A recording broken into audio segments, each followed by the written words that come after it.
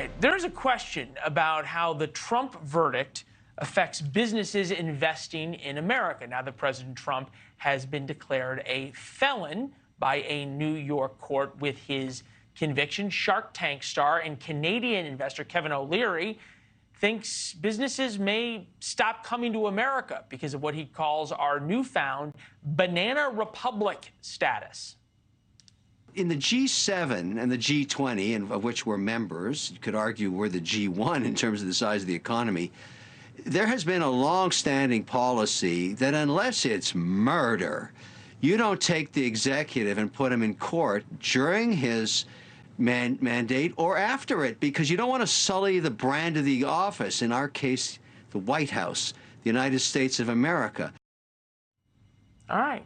Tennessee Republican Congressman Tim Burchett is here, and Congressman, former presidential candidate Dean Phillips, the Republican, the Democrat. This is what happens when you are in Washington. You see two guys in a green room, you say, come on, let's all talk about this. Dean, I think you're with me on this. I am. I respect Kevin's perspective on this. I'm a former business person, and I think it does affect the brand. Now, look, I think in this case Donald Trump was guilty. I don't think the charges should have been brought. I do think it affects our brand. Do I think it will reduce the number of businesses investing in America? I do not, as long as we have a strong economy and we respect the rule of law. Congressman, you think about this, Congressman of Tennessee, the dunking by Republicans and talking about how terrible this is and how we're a banana republic and on and on and on, isn't that even going farther to hurt the brand of America?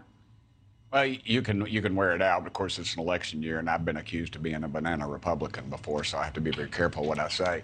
But the reality is that Tennessee is booming. We just landed Smith & Wesson in Blount County, which is the area I represent. I'd like to say it's because I'm the congressman from that area, but it's really just because of the hardworking folks. Tennessee's a low-tax state. First congressman to ever not take credit for something? Yeah, that's right. That's right. I am. I always say we succeed in East Tennessee in spite of me. But the reality is Tennessee's a right-to-work state. People want to work. You know, it's pretty cool when I remember when I was the county mayor and we landed a big company in East Tennessee, and this big burly biker guy I knew who ride old motorcycles with him. He was talking to this businessman who was really, he looks like my man Dean here, very well. Not the biker, the businessman.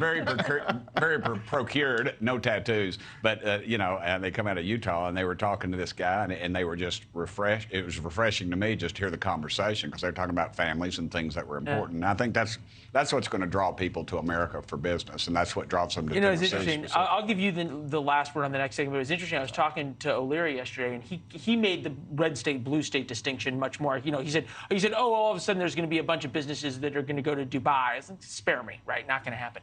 But the red state, blue state thing is a real thing, and I think a real problem for Democrats. Oh, sure it is. I mean, but that's what's unique about our republic is we have states competing.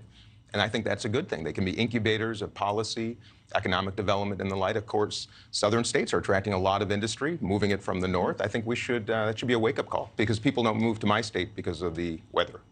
Yes, that would be an accurate description. You see, if only we could take what's happening here right now, go up to Capitol Hill, might get a few things done. Thanks for watching, everybody. Go to joinnn.com to find NewsNation on your television provider. Also, don't forget to click that red subscribe button below to get more of NewsNation's fact-driven, unbiased coverage.